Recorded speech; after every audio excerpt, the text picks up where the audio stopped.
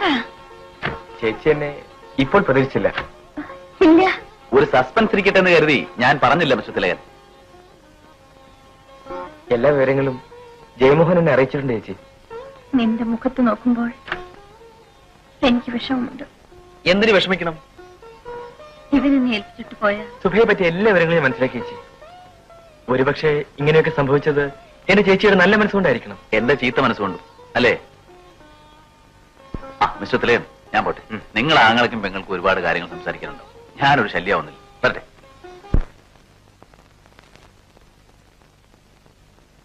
ഇവിടുന്ന് പോയ ശേഷം ഇന്നാണ് സന്തോഷത്തോടെ സ്വാദോടെ ആഹാരം കഴിക്കുന്നത്.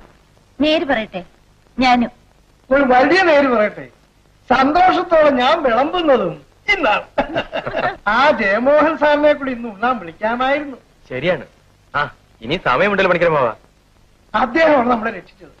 എനിക്ക് നിങ്ങളോട് രണ്ടുപേരോടുമുള്ള സ്നേഹമാണ് ആ സാറിനോട്.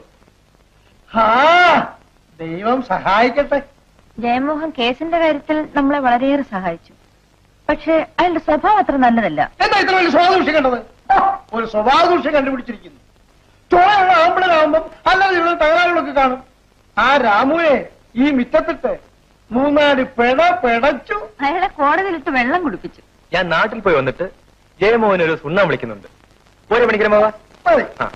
നീ നമ്പർ സാറിനെ കാണാൻ പോകുന്നുണ്ടോ? ഉണ്ട്, നാളെ തന്നെ പോയി കാണണം.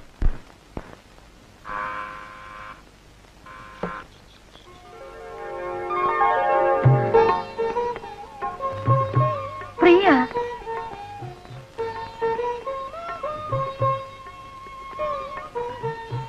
സാറ് വന്നില്ലേ?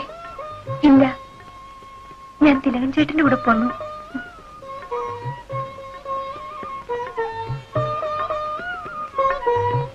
പ്രിയയെ ഞാനിങ്ങ് കൊണ്ടുപോകുന്ന ചേച്ചി. എന്തിന്? ഞങ്ങളുടെ കല്യാണത്തിന് ചേച്ചിയുടെ അനുവാദവും അനുഗ്രഹവും വാങ്ങിക്കാൻ.